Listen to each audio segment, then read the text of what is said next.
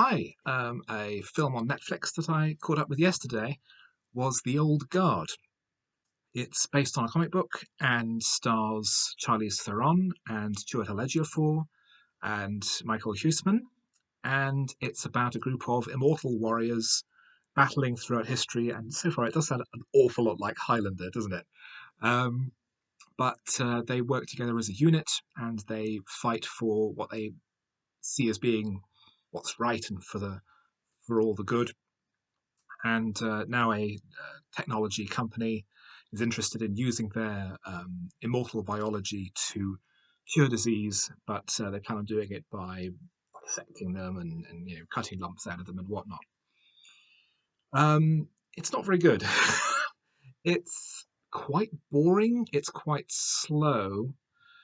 The action scenes are quite uninteresting. I tend not to find action in and of itself interesting. If it's just people hitting each other or shooting each other, there has to be something more engaging going on. There has to be some sense of thrill or more elaborate danger rather than just firefights and fist fights.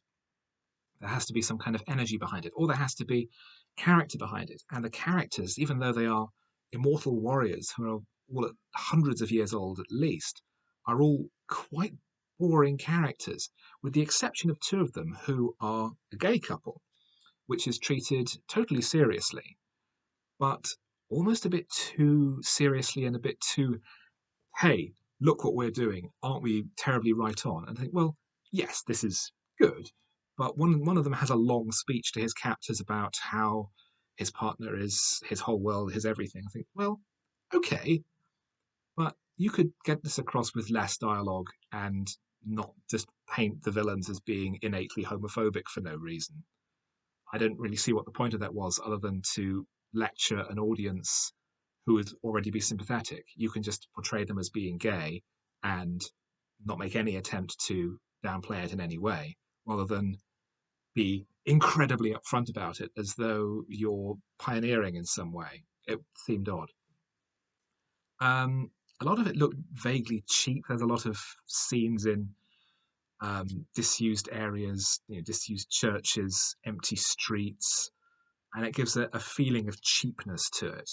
The director is Gina Prince-Bythewood, and she has some ability, and she certainly has a flair. A lot of the action scenes are underscored with um, what sounded to me like hip hop music. I show off my limited musical knowledge, which I thought was an unusual, it was a different uh, a different strategy, a different choice than you might get from a white director or a male director.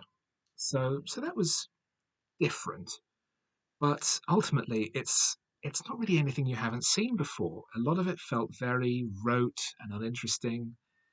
Charlize Theron is struggles with characters who are poorly written. There's just not enough meat to engage with, and as a result, although it's competently made, there's just not enough there that's actually interesting.